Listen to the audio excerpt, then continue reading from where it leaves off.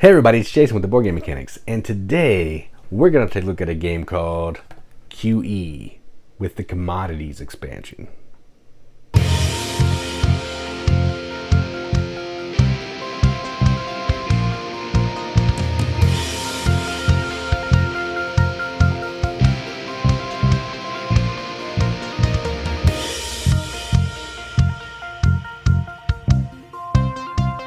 QE is a game designed by Gavin Birnbaum, published by BoardGameTables.com or All Play, which is what they're known as now.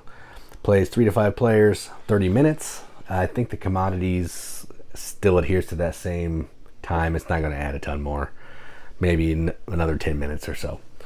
And what you're doing in this is you are basically running a country, and you are trying to keep your country afloat by investing in financial markets, agriculture, housing, manufacturing, and government. But just like any normal budget, you need to be sure that you're not going to make your country go bankrupt. And what that means is you're going to be auctioning government money to acquire different rights to these different types of things.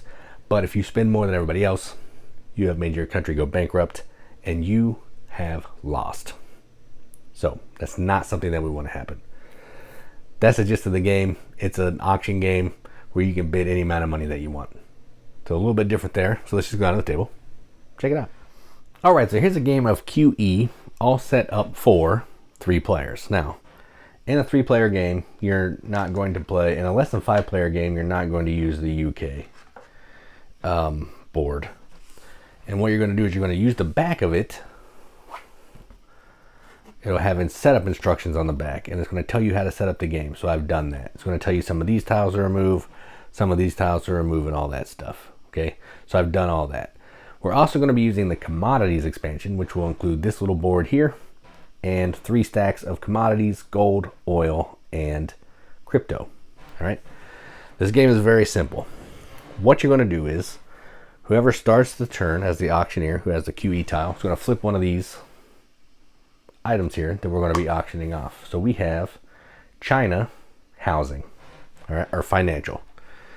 So then what happens is this player is going to write a starting bid, any amount of money that they want, on their check and put it up here so everybody can see it.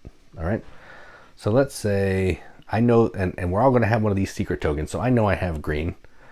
They don't know that. I don't really care about green that much right now. So financial. So I think I'm going to maybe try to rag it up. So let's do 1,500, 1.5 mil. Okay. And I put that right here for this tile. Okay. Then every other player is going to look at what I bid, and they're going to decide how much they want that. So let's see what this player wants. So they'll say 16000. Then they'll give it to the auctioneer. Then this player will do this. I want to show you this. They'll say 0. They'll give it to the auctioneer. Okay. Then what's going to happen is the auctioneer is going to look at the bids compared to what they wrote. So they would see all this. They would see their bid is 1.5. China said 0. Japan says 1.6. So they win the bid. All right. So here's what happens. Japan takes this.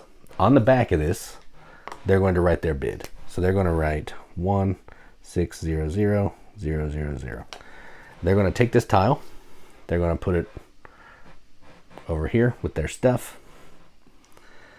They're going to record that they have a housing. They're going to record their points. So they have 4 points. And then that's it. They're going to erase their board. So Japan is done. Then China is going to note that they did a 0 bid. You can see once per round, you're going to be able to write a 0 bid. There's actually 5 rounds in a 3-player game. So they're going to go ahead and mark that they did that. So that gives them 2 points. They didn't get a tile, but they have 2 points.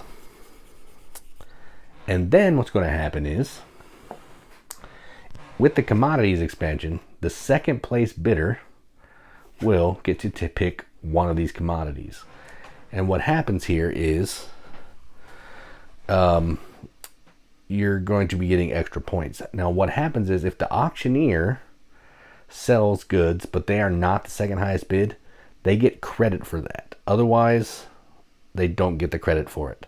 So what's going to happen is they're not going to write it on the, normally you would write the bid on the back. So whatever your total was, you get to subtract that from it. But in this case, because they were the auctioneer and they were actually the second highest, they're going to take one. I'm going to take crypto because they range from 0 to 10. So I got that 10 pointer. Then what I'm going to do, no one's going to know how many points I have, and I'm going to write my bid on the back. And then this is points for me, and people know that I have crypto. All right. Then I take my board back. I didn't get any other points, but I erase that, and I am done. All right. Then we'll go to this player. They will get to be the auctioneer. So they'll flip this. It's Japanese housing. So Japan is going to start the bidding, and I think they really want that because they have financial. I don't know what they have here, but it's probably good. So let's just say they're going to say 2 mil. So they say 2 mil. So what do I have? I have green, but no one knows that. I really want that. They also really want that because it's their home country. And if you can score your own tiles, you get extra points. So they're really trying to get that. I kind of want to get second, I think. So let's do, I'm just going to do 750. Okay, so I give that to them. And then China, they're going to go 1, 6, 7, 7, 3, 2, 1. All right, so they're going to give some crazy outlandish number. So then this player will reveal all the bids. So Japan wins the tile, so they have the highest. So they will write 2 million on the back. I'll go ahead and put that over here so it's kind of splayed a little bit so everybody can see what's going on. I don't have a ton of room, so it's fine.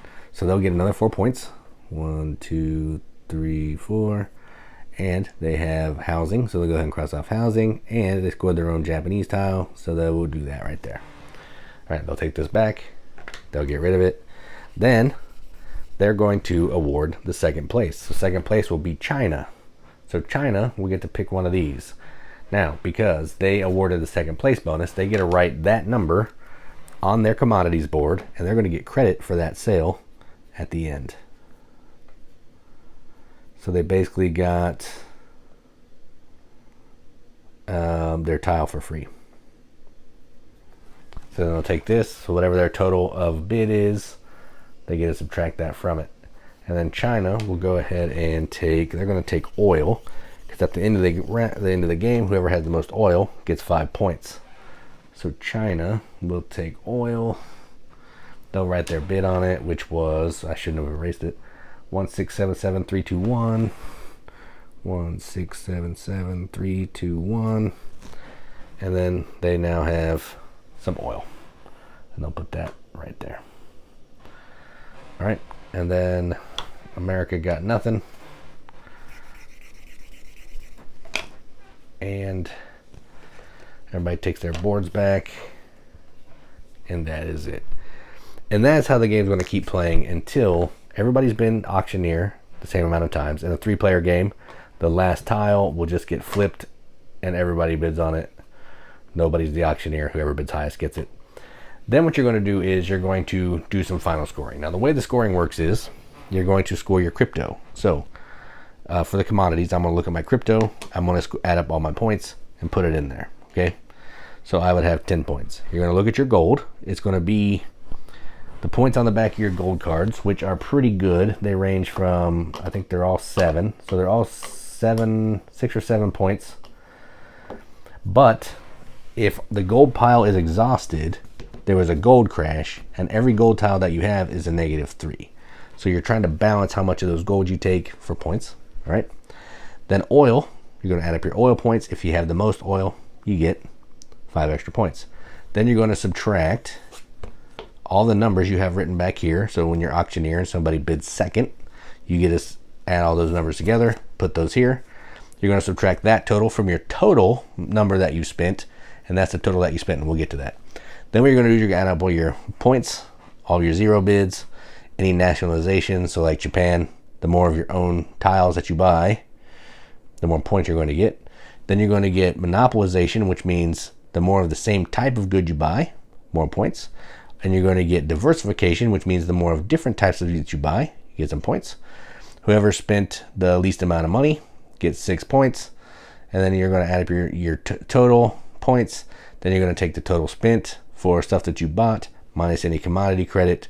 Whoever has the most money, spent the most money after all that, is automatically out of the game no matter what the score is. Everybody else, whoever has the highest amount of points, is the winner. So you want to be able to spend what you want, but you got to kind of be careful what's going on because it may bite you. You may spend more than everybody else and you automatically lose. So that is how you play QE with the Commodities expansion. Let's go up to the top, see what we think about it. All right, well, that was QE and the Commodities expansion. So let's look at the components. The components are really nice tiles. They're easy to read. So this is a Japanese tile, financial market, and you can tell the points. And on the back is where you're going to write how much money you spent for it. I love all that. Super easy to read. The art kind of goes with the action or the whatever the thing that you're investing in. I like that. In our game group, we were calling this Canada because one of the people mistakenly called this Canada instead of China, so we've been running with that. It's funny.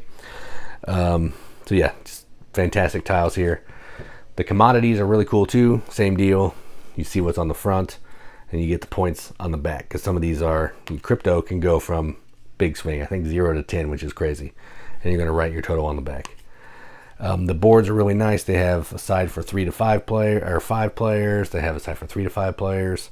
It's a little bit different in a 5-player game. You can look at the auctioneers, the winning bid one time throughout the game. That's not something you can do in a lower player count. So that's pretty cool.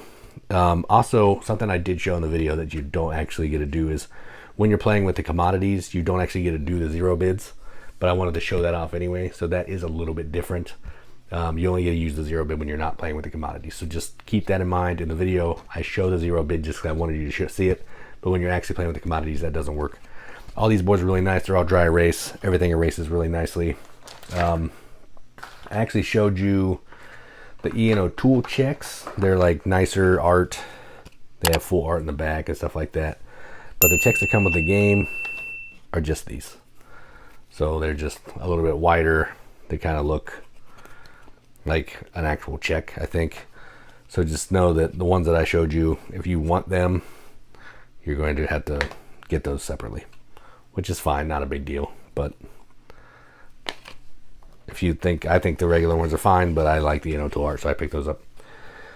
So yeah, this game is great. We've played this a ton of times too. I said I don't play a ton of party games, so when I find one that I really like, it sticks with me. And this one has stuck with me. It's super fun. Even playing without the commodities, just bidding on these tiles is a blast. Super fun. I have a great time. But the commodities with that second place, and you're the auctioneer, you want to have somebody get second place. You don't want to get second place because then you're buying it and you don't get any credit. But, I mean, you're still getting some points. But if someone else gets second place and you happen to get first place, you're going to get a discount on all your good stuff, which is awesome. It's a nice little give and take. There's some push your luck in there with the crypto. You want to buy all the gold tiles that are worth a lot of points, but if they're out, the gold has crashed and they're devalued, which is crazy. So you don't really want to do that. Oil, nice and steady at 5 points each. But if you have the most, you get an extra 5 points. So that's pretty fantastic. I love everything about this game. It's super fun. It's fast. It's silly. And I just can't get enough of it. So I'm going to give this a BGM Accept the Seal. This is going to get a 9 out of 10 on BGG, which is a 4.5 out of 5 wrenches on an arbitrary wrench scale. That means absolutely nothing. But we like to give it the games that we enjoy, and that's what I'm going to do. So that is QE and the Commodities expansion from All Play. I'm Jason with the Board Game Mechanics. And as always, keep gaming.